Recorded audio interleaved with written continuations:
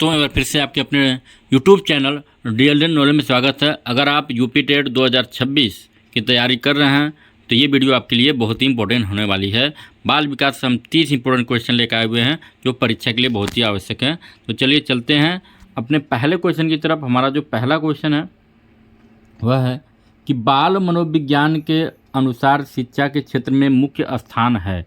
तो शिक्षा के क्षेत्र में मुख्य स्थान किसका है? तो बालक का है, ठीक ना। किसका है? बालक का है। आगे बढ़ते हैं।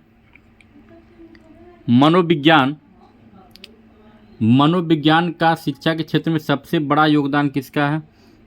तो इसमें हो जाएगा सबसे बड़ा जो योगदान है तो इसमें जो हो जाएगा वह बाल केंद्रित, यहाँ पे जो सही ऑप्शन हो जाएगा बाल केंद्रित शिक्षा का, ठीक है। तो बाल केंद्रित शिक्षा इसमें सही ऑप्शन हो जाएगा। अगला जो हमारा प्रश्न है वह है कि मनोविज्ञान प्रारंभ में किस विषय का अंग था? तो प्रारंभ में ये दर्शन शास्त्र का अंग था, ठीक है ना, मनोविज्ञान, ठीक है। आगे बढ़ते हैं। अगला जो हमारे पास प्रश्न है कि मनोविज्ञान ने सर्वप्रथम अपनी आत्मा का परित्याग किया, फिर अपने मन का और फिर अपनी चेतना का, अभी वह एक प्रकार से व्यवहार को संजोए। यह कथन किसका है? तो ये कथन हमारा हो जाएगा बुटवर्थ का है, ठीक है। ऑप्शन नंबर सी इसका सही जवाब हो जाएगा। आगे बढ़ते हैं कि निम्न में से कौन सी शिक्षा मनोविज्ञान की सर्वाधिक व्यक्तिनिष्ठ विधि है? तो सबसे व्यक्तिनिष्ठ विधि हो जाएगी अंतर्दर्शन, ऑप्शन नंबर और सही जवाब हो जाएगा। अगला जो हमारे पास प्रश्न है वह है कि निम्नलिखित में से कौन सा विकल्प शिक्षा मनोविज्ञान की एक सीमा है? इसका जो सही जवाब हो जाएगा वो हो जाएगा व्यक्तिगत भिन्नताओं की समस्या, ऑप्शन नंबर डी सही जवाब हो जाएगा। अगला जो हमारे पास प्रश्न है वह है कि प्रयोगात्मक विधि को सर्वप्रथम प्रस्तावित किया था। तो विलियम बुंड ने किया था, विल्हेम बुंड ने किया था। तो ये देखिए ये थोड़ा सा गलत है, विल्हेम लिखा, विल्हेम बुंड ने किया था। ऑप्शन नंबर सी इसका सही जवाब हो जाएगा। अगला जो प्रश्न हमारे पास है कि शैक्षिक मनोविज्ञान है शैक्षिक विकास का एक व्यवस्थित अध्ययन है। शिक्षा मनोविज्ञान की यह परिभाषा किसके द्वारा दी गई थी? तो ये परिभाषा दी गई थी हमारे जे.एम. स्टीफन के द्वारा। तो ऑप्शन नंबर सी इसका सही जवाब हो जाएगा। आगे बढ़ते हैं। शिक्षा मनोविज्ञान है तो मानक विज्ञान का, ऑप्शन नंबर सी इसमें सही जवाब हो जाएगा। अगला जो प्रश्न है हमारे पास वह है कि प्रारंभ में आत्मा का प्रयोग किस शास्त्र में किया जाता था? तो दर्शन शास्त्र के अंतर्गत किया जाता था। तो ऑप्शन नंबर बी इसका सही जवाब हो जाएगा। अगला जो हमारे पास प्रश्न है कि 1882 ईस्वी में किस मनोवैज्ञानिक द्वारा लंदन में मानवीय विशेषताओं का अध्ययन करने के लिए प्रयोगशाला का निर्माण किया गया? तो ये अल्फ्रेड बीने ने किया था। ऑप्शन नंबर सी इसमें सही जवाब हो जाएगा, अल्फ्रेड बीने ने।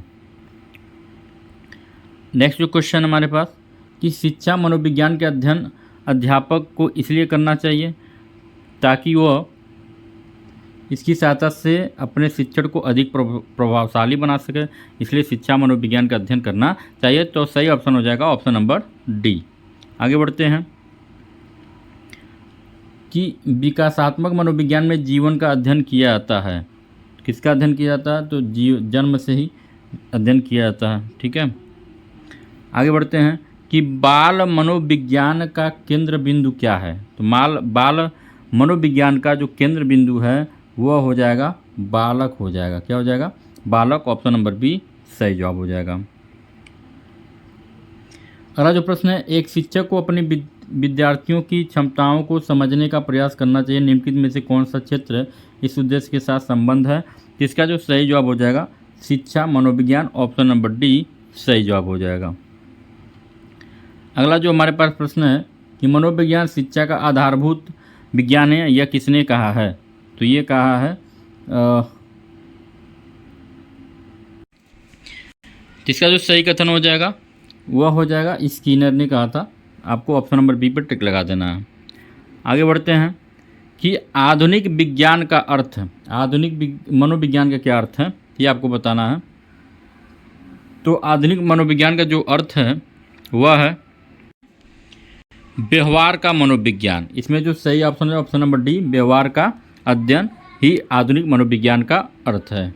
आगे बढ़ते हैं।